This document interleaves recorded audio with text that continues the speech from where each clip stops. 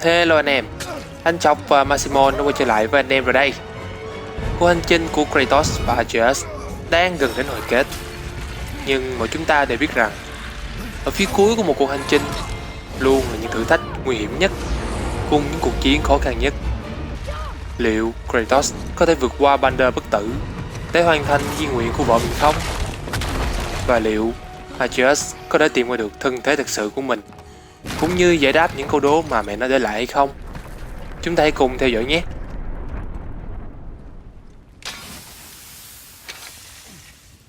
Sau khi đã hướng dẫn hai anh em thợ rèn cách chế tạo chìa khóa mở cánh cổng của Jotunheim, Mimi kể cho hai cha con nghe câu chuyện về truyền thuyết Ragnarok, hay còn gọi là hoàng hôn của chư thần. Một sự kiện sẽ hủy diệt mọi sự sống ở cũ giới, kể cả sự thống trị của các thần Aesir. Người đã tiên tri ra sự kiện này là Roa, một nhà hiền triết và là một nữ phù thủy tài năng. Bà kết hôn với một chiến binh tài ba là Ovendil, và cả hai vợ chồng rất yêu thương nhau. Một ngày, Thor đã nhờ Ovendil hỗ trợ mình trong một nhiệm vụ đến Vanaheim. Tuy nhiên, chỉ có một mình Thor hoàn thành nhiệm vụ khải hoàn trở về.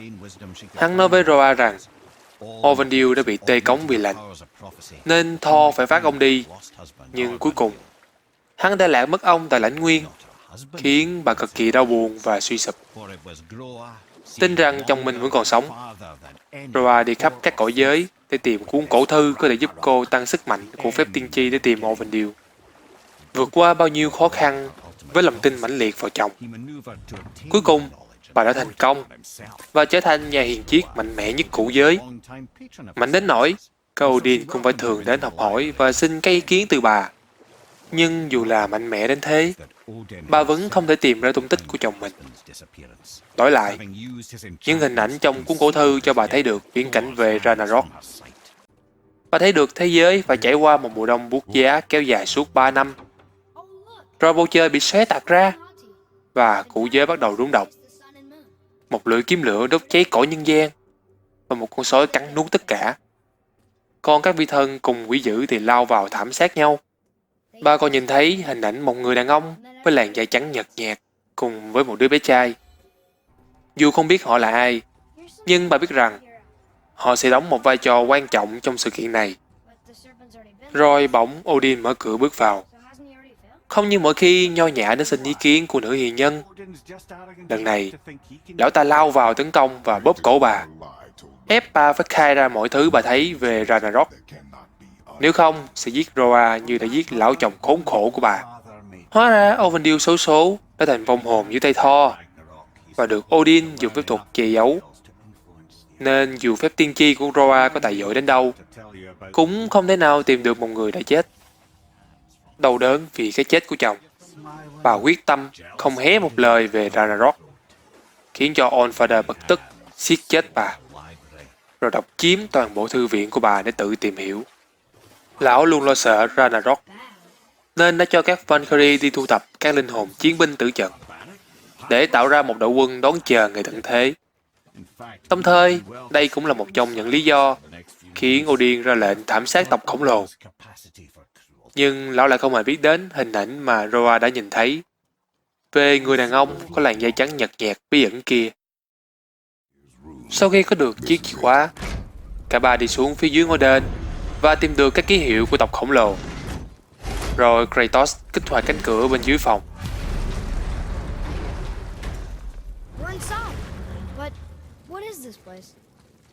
Ở đó, họ nhìn thấy viên đá dịch chuyển để đến Jotunheim nằm ở trên sàn. Rồi họ nhận ra căn phòng đang bị lộn ngược và có thể lật lại. Stand back. Okay.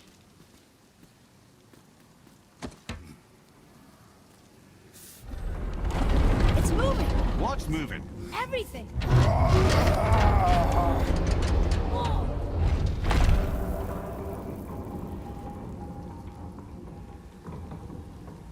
Extraordinary.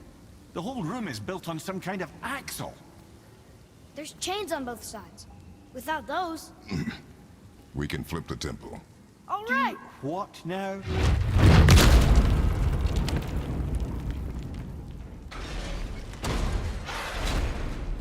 Again with the death traps.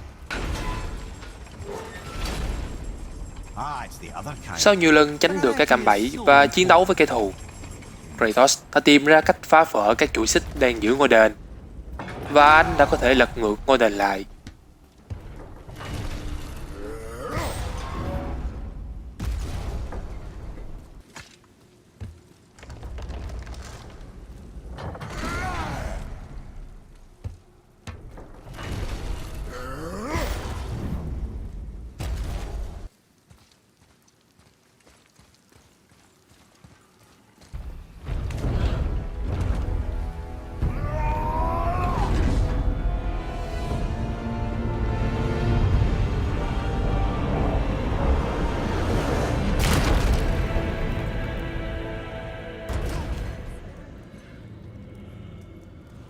Boy, your knife.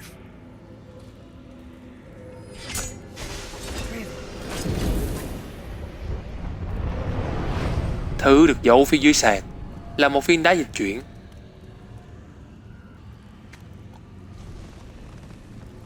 Mimi giải thích rằng Great outdumber đây là viên đá dịch chuyển của Tyr, Unity Stone. có tên là Unity Stone. You know it.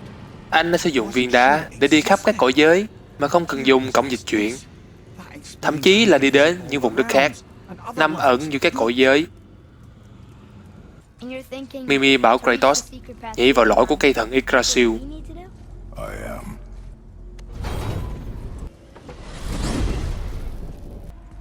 This is where Tyr stepped beyond, and the Unity Stone protected him. Ready? Ready.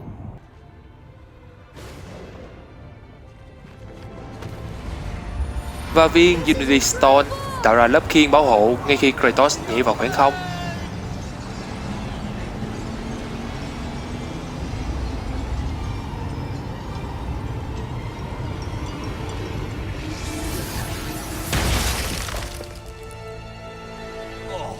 How can I Sau be khi đáp so đất, nauseous without Atreus a stomach? nhận ra tòa tháp Jotunheim bị che giấu bấy lâu nay, hóa ra luôn nằm ở vùng đất được ẩn giấu giữa các cõi giới khác. Amazing. Họ đi vào tháp và đặt hòn đá vào cái bệ. Tòa tháp bắt đầu hấp thụ toàn bộ năng lượng của hòn đá. Oh no! It took the stone. Tower. It's absorbing the stone's energy. Something's happening. Is it moving? It's moving. It knows what to do. The stone served its purpose. We're fulfilling Tyr's spell. What happens now? No idea, brother. But after that fall, I'm sure we're past the worst of it. Oh, no, this is considerably worse. Over and Troll at the same time. Sure, that's fair.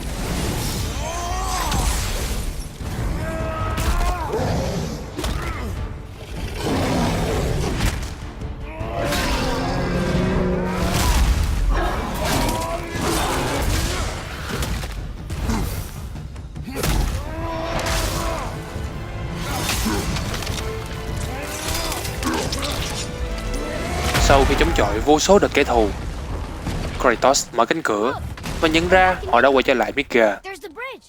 Vậy là tòa tháp Jotunheim đã được khôi phục và gắn kết trở lại với ngôi đền của Tyr. To Jotunheim.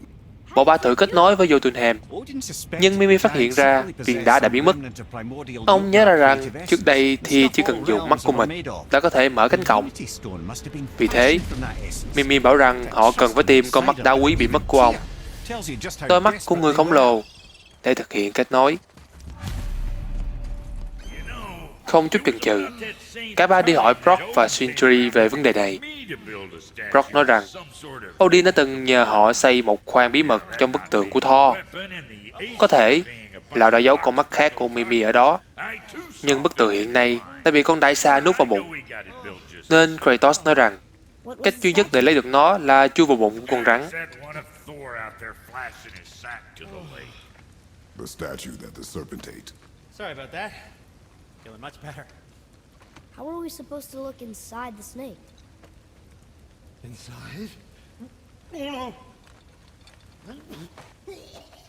Họ vội vã đi về phía nhánh sông để Mimi triệu hồi con rắn và hỏi rằng liệu nó có thể cho họ chui vào bụng nó để tìm con mắt bị mất không.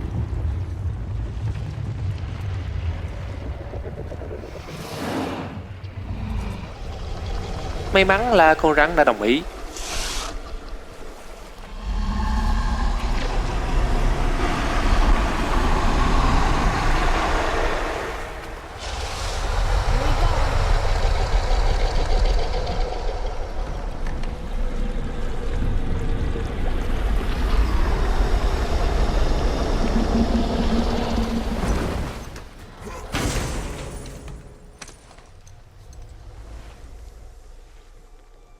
Yep, that's an eye. Maybe you should stick that in my head for safekeeping. Gently now, gently. Sau khi chui vào bụng con đại xà, Thank you, brother. hai cha con đã tìm được con mắt bị mất. Depth until it's gone. Nhưng khi chuẩn bị rời đi, bỗng nhiên cả ba nghe thấy âm thanh ầm ầm từ bên ngoài.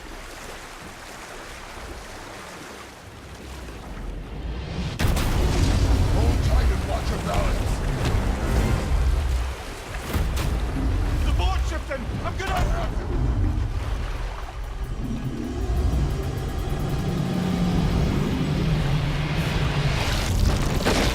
Do con đại xà bị đánh một cú mạnh đến nỗi nó bắn Kratos và Atreus đến chỗ xác của Thammer rồi bất tỉnh. May mắn là cả hai không bị xây xát gì.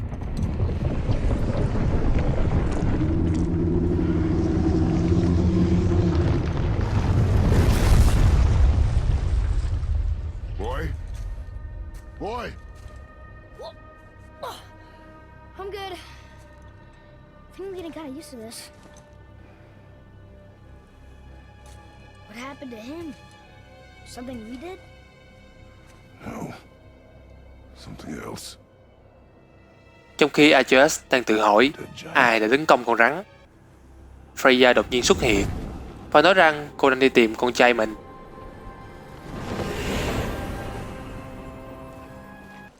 Bởi vì toàn bộ khu rừng và cánh đồng đang gọi tên anh, Kratos và Atreus lùi dần ra xa. Không ngờ sau tất cả những gì trải qua cùng nhau, họ mới nhận ra rằng người luôn giúp đỡ họ lại chính là mẹ của tên điên luôn truy sát họ. Freya đang hỏi vì sao Atreus lại tránh xa cô, thì Balder xuất hiện từ dưới dòng sông băng giá và nói rằng hắn đã tấn công con rắn để buộc hai cha con phải lộ diện. Balder nhanh chóng nhìn ra mẹ mình và Freya biết rằng con trai cô vẫn còn tức giận. Cảm xúc của anh vẫn không hề thay đổi. Dù vậy, Freya vẫn rất vui mừng khi được gặp lại anh sau ngần ấy năm qua. Cô muốn được trò chuyện cùng với anh, nhưng Balder ngắt lời cô và nói rằng anh không cần cô thấu hiểu bất cứ điều gì cả. Và lần gặp lại này, hắn quyết định sẽ thực hiện việc mà lẽ ra hắn nên làm từ rất lâu về trước. Đó là giết chết cô, mẹ ruột của mình. Trước khi Balder có thể tấn công Freya, Kratos lên tiếng rằng ngay cả khi hắn giết cô, hắn cũng sẽ không bao giờ cảm thấy giải thoát hay yên lòng. I know. Balder nói rằng hắn sẽ xử lý Kratos sau khi hắn giết chết Freya. I'll deal with you later. But family first. Nhưng Kratos đã đẩy hắn ta lùi lại. Hiệp 3 với anh chọc cục xúc và thanh niên tha thu bắt đầu. This again.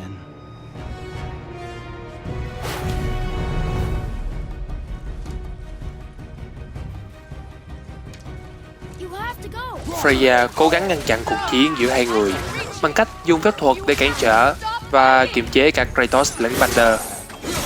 Và giây sau, Freya đã trói được Kratos. Còn Atreus thì đang cố gắng giải thoát cho cha mình.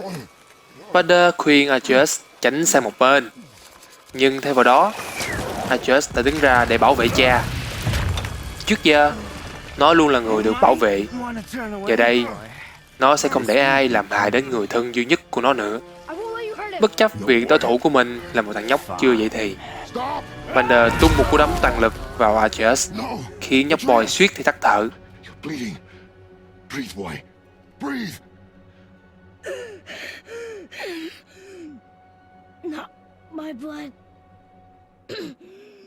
Và cũng bất ngờ thay, Balder cũng cảm thấy đau đớn sau cú đấm đó. Cái cảm giác mà rất lâu rồi hắn mới được thể nghiệm lại.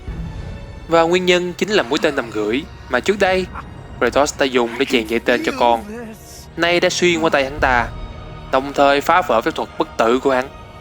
Balder kinh ngạc bởi mũi tên và bắt đầu cảm thấy phấn khích khi mà cô thần chú đã bị phá vỡ.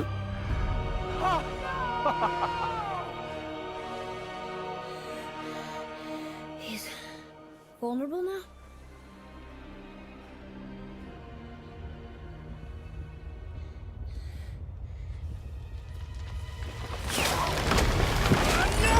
Sau đó, Freya điều khiển xác chết của Thammer và đưa hai cha con đến một nơi khác.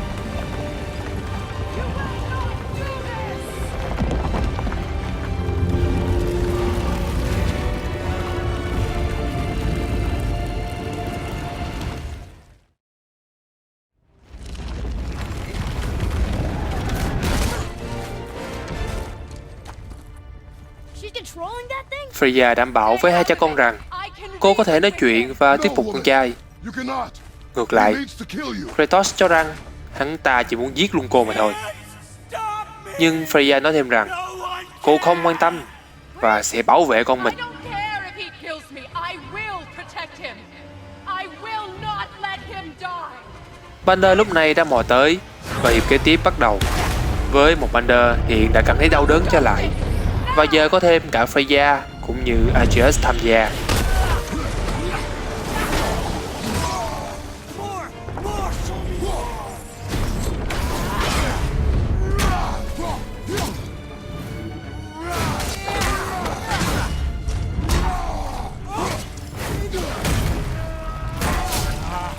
I feel.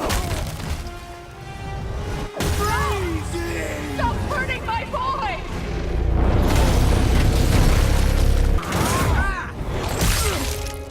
Trong suốt cuộc chiến, Kratos dần chiếm lại thế thượng phong khi Bander đã không còn bất tử.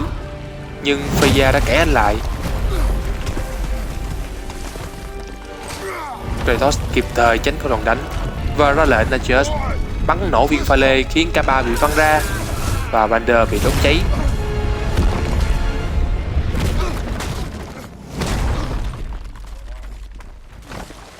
Atreus! Atreus! I'm up here! I'm okay!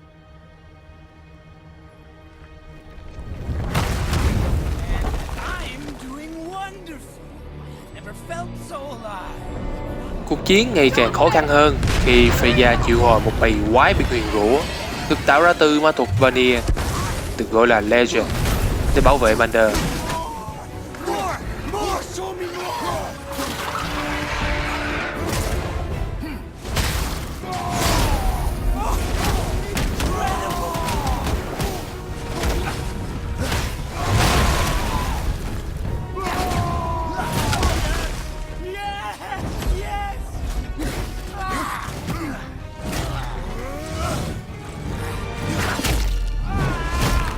Khi Kratos làm choáng Bander và định lao vào kết liễu hắn, thì xác Thammer dưới sự kiểm soát của Freya sử dụng chiếc đục của mình để tách cả hai ra.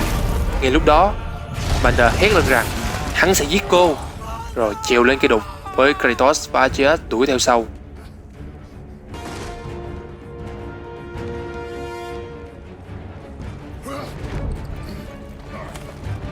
Atreus!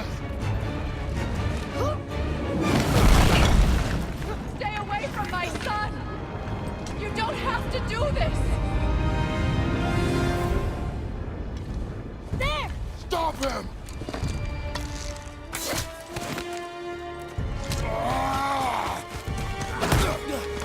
Một cuộc ẩu đả ngắn đã nổ ra trên đỉnh đục, mặc cho Freya van xin cả hai dừng lại.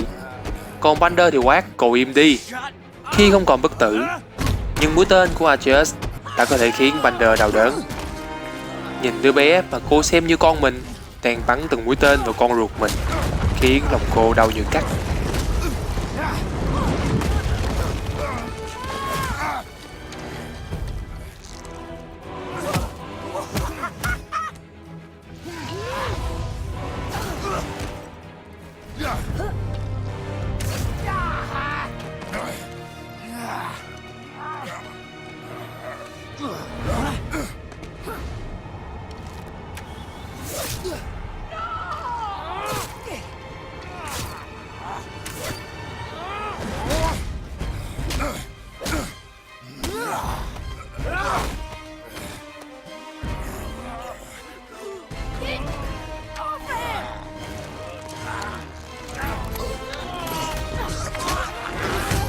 khi đã chiếm lại được thế chủ động, Vander nói với Kratos rằng hắn muốn cảm ơn hai cha con vì đã phá bỏ lời nguyền, thứ mà cả All Father cũng không thể làm được trước khi hắn giết anh. Nhưng sức của anh chọc đâu chỉ có vậy. Anh kích hoạt sức mạnh Spartan cuồng nộ của mình để thoát ra và cục diện lại đổi chiều.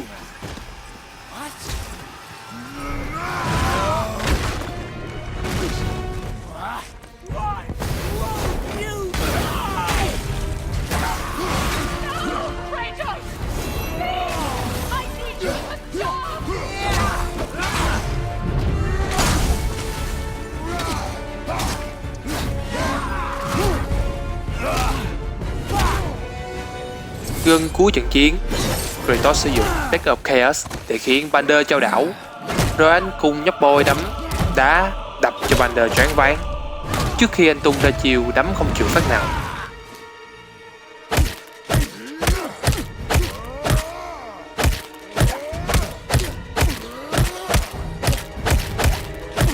Kratos đập Vander không ngừng nghỉ cho đến khi Thammer sử dụng hơi thở băng giá để đóng băng anh và Atreus.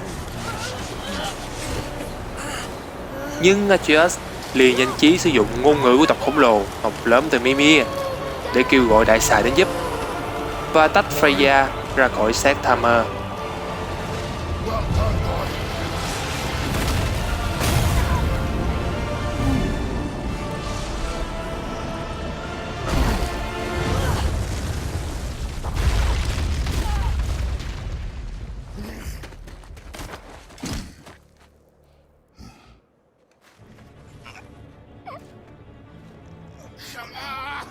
Vander thách thức Kratos giết mình. Nếu là anh chọc trước kia thì hắn còn phải thách. Nhưng Atreus nhắc nhở anh rằng hắn đã bị bại rồi, nên giờ đây hắn đã vô hại, mềm lòng vì lời nói của con. Kratos tha cho hắn và cảnh báo Vander không được đến gần họ, cũng như không được chạm vào Freya lần nữa. Nhưng rồi Freya nói rằng cô không cần họ bảo vệ, nên hai người rời đi để cho hai mẹ con tự giải quyết chuyện nhà.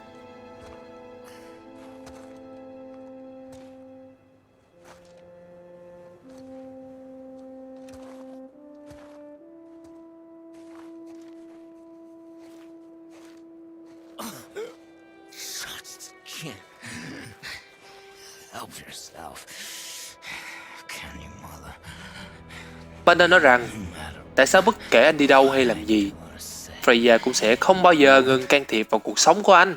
He won't stop interfering in my life. I was just trying to protect you.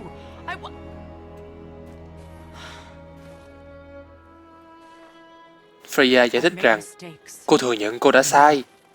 Dù sao thì giờ anh cũng đã được giải phóng khỏi phép thuật và cô chỉ đang cố gắng bảo vệ anh mà thôi. Try to find forgiveness. We can build something new.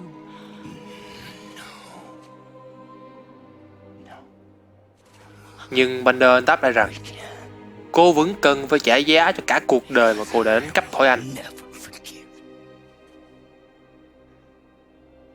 You still need to pay for the lifetime that you stole from me.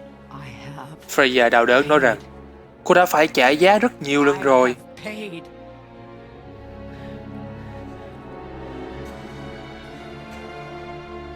Và nếu như cô chết đi sẽ khiến cho mọi việc tốt hơn, cô sẵn sàng chấp nhận để cho Vander giết cô ngay lập tức. Seeing me dead will make things right. I won't stop you.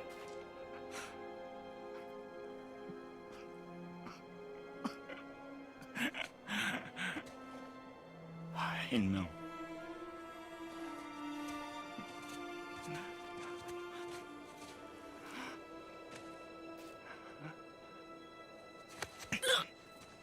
What? No, father!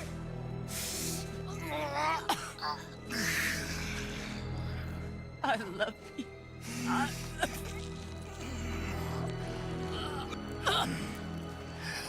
Không thanh long nhìn cảnh con giết mẹ, Kratos xen vào và nói với Vander rằng đáng lẽ anh đã có thể chọn lựa bỏ qua và đi ra khỏi đây, nhưng giờ anh sẽ kết thúc vòng lặp hận thù này vì anh không muốn bi kịch gia đình của mình lại xảy ra đối với người khác.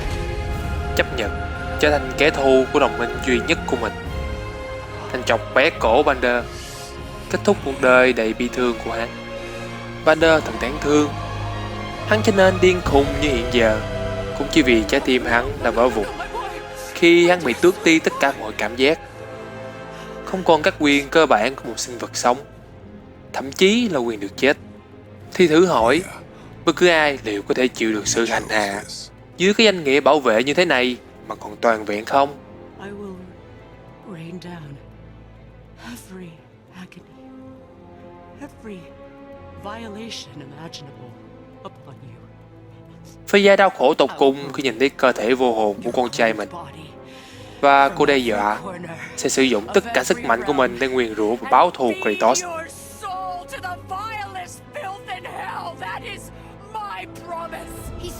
Atreus giải thích rằng cha nó đang cứu mạng cô đấy, nhưng Freya không hề quan tâm chuyện đó.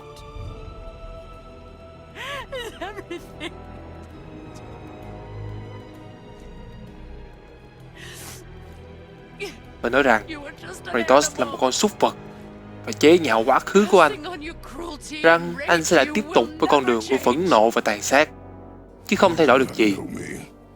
Anh chợt nói rằng cô không hiểu rõ anh. Rồi anh bảo Atreus hãy nghe cho kỹ những lời nói của anh, rằng anh đến từ Sparta, một đất nước rất xa nơi này, và việc anh tuyên thệ trung thành với thần đã khiến anh phải trả giá bằng linh hồn của mình. Kratos đã giết rất nhiều người đáng chết, nhưng cũng có nhiều người thì không. Và thêm nữa, anh đã giết chết cha của chính mình.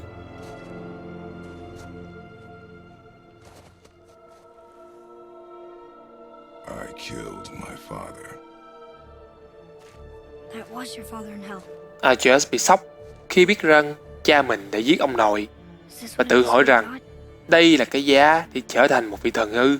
Is this how it always ends? Tại sao mọi thứ luôn kết thúc với việc những đứa con giết chết cha mẹ mình? Killing their mothers, their fathers. Nhưng Kratos đảm bảo với cậu rằng họ trở thành những vị thần họ đã lựa chọn để trở thành, chứ không phải những vị thần họ phải trở thành. Anh muốn cậu hiểu rằng I was. định mệnh là do chính mình quyết định và tạo ra, và không ai có thể áp đặt được điều đó, Be better. kể cả có là thần đi nữa.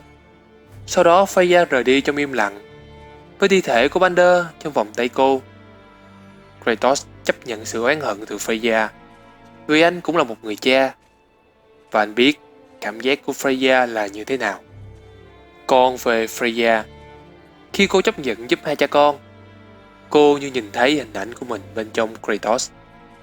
Nhưng giờ đây, bên trong cô đã trở thành như Kratos ngày xưa, Bad guys now. chỉ còn ý nghĩ báo thù đang rực cháy. But you could Mimi never hỏi, make that choice. bây giờ có phải họ đã trở thành kẻ xấu không?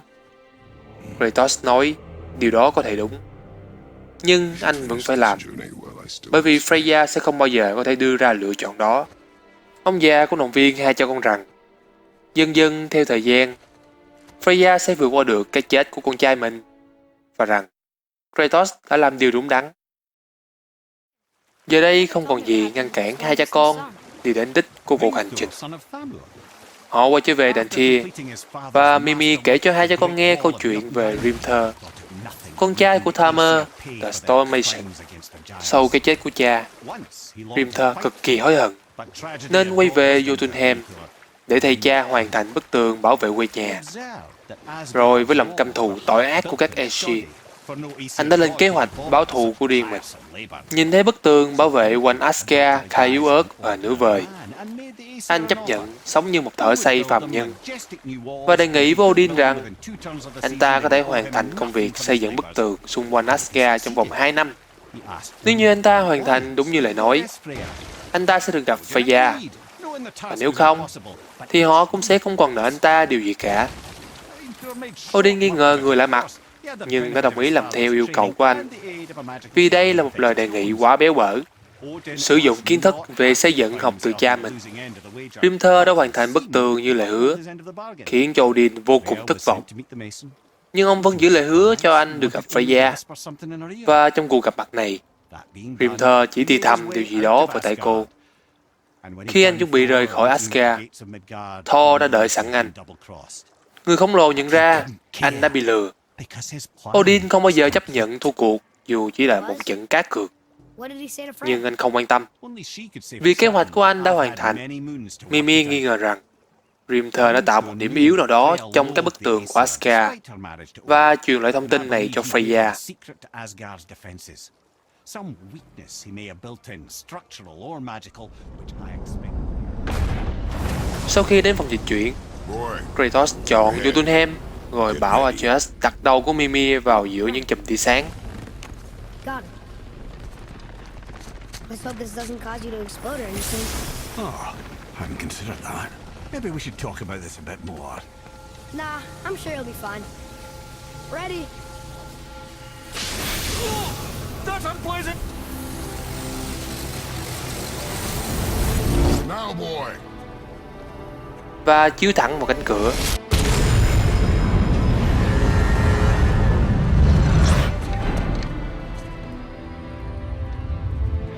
Cuối cùng, lối vào dẫn đến Jotunheim đã được mở ra. We must be close. Well, what are we waiting for? Think it's far? We will see.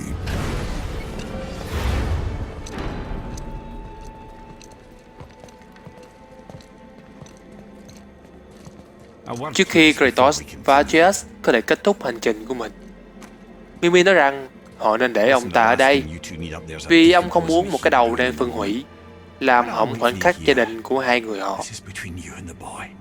Kratos đành chấp nhận để ông ở lại, rồi cả hai tiến vào trong Jotunheim. Kratos và Atreus cuối cùng cũng đi đến ngọn núi ngón tay của tộc khổng lồ, ngọn núi cao nhất của giới. Look! We're on the giant's fingers. I can see the highest peak ahead. Right over there.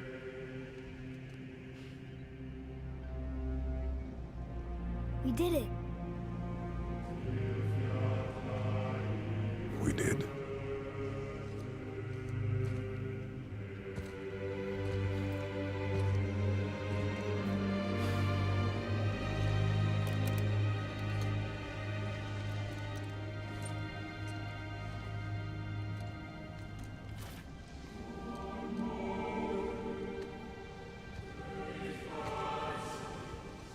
What are you doing?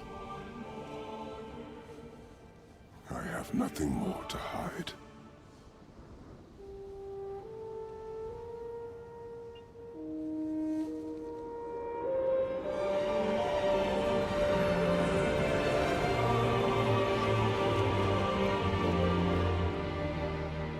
Can we go now? We're so close.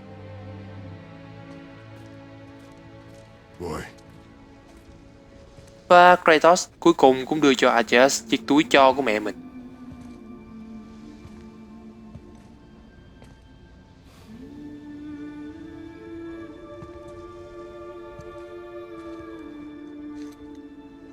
carry her.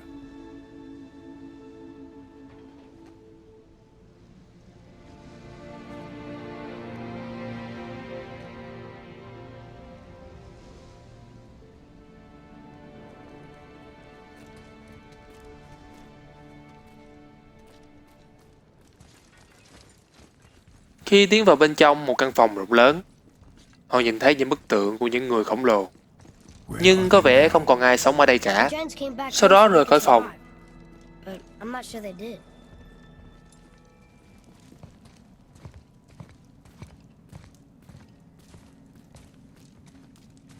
Atreus lỡ chạm vào bức tường khiến chúng vỡ vụn ra. Father! Something's happening.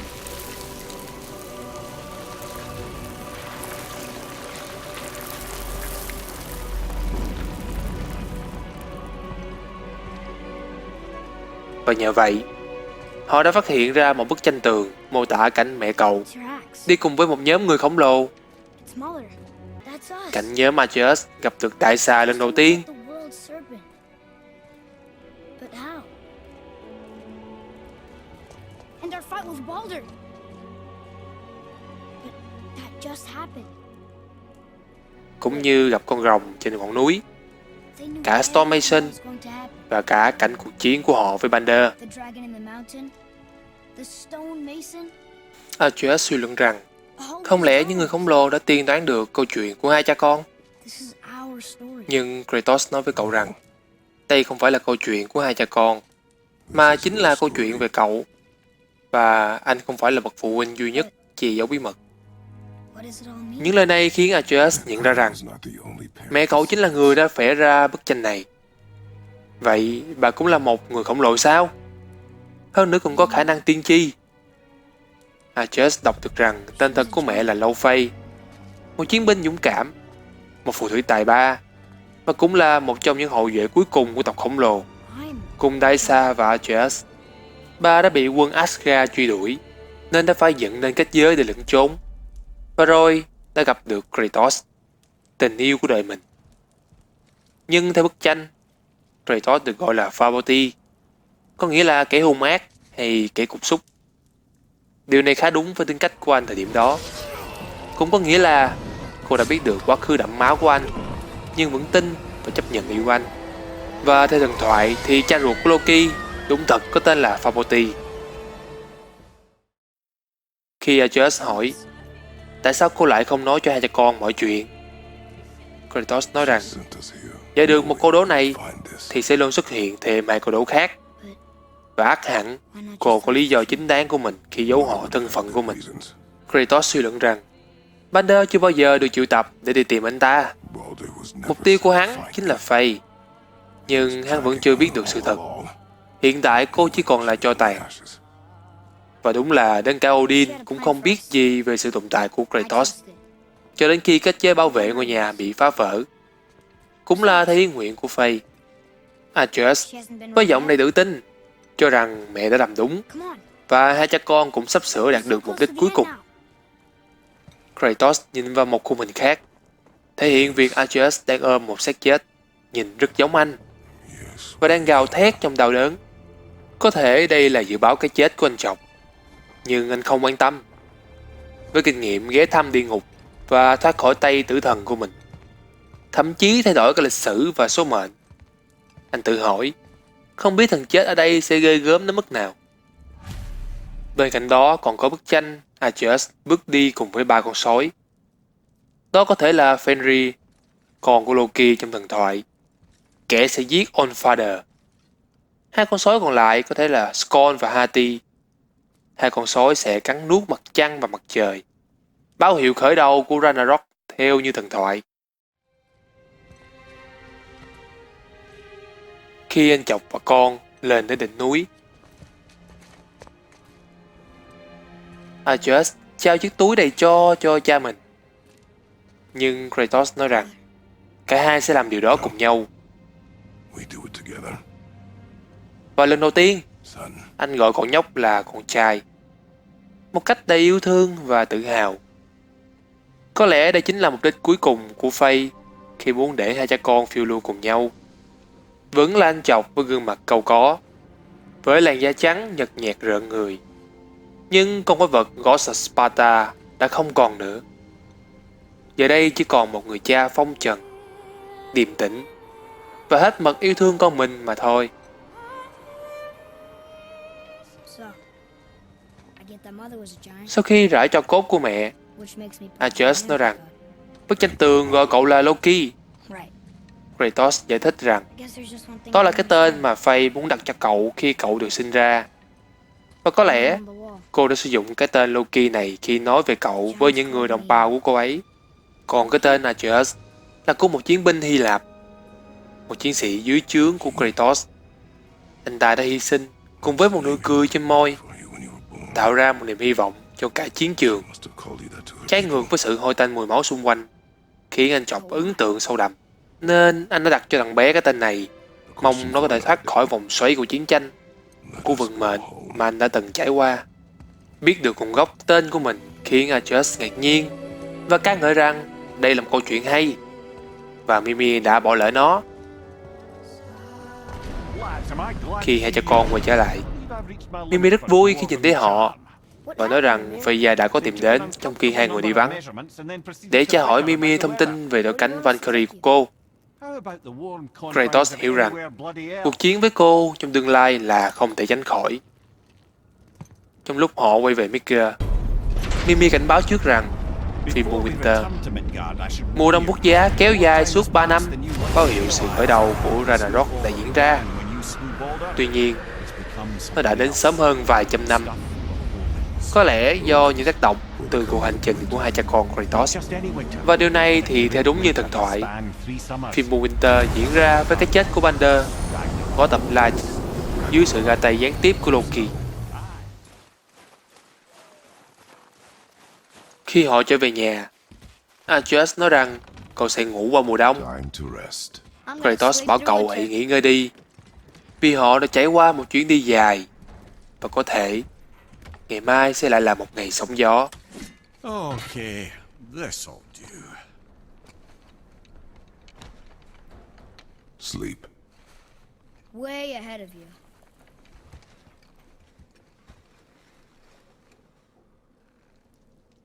Và không lâu sau, khi tuyết đã ngừng rơi, một cơn chấn động đã đánh thức hai cha con.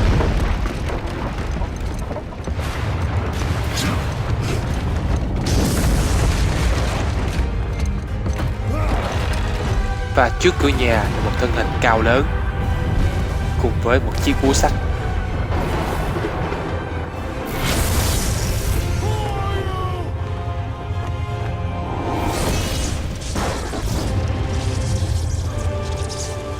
Chuyến đi cuối cùng đã hoàn thành, nhưng lại là mở đầu trong cuộc phiêu lưu khác.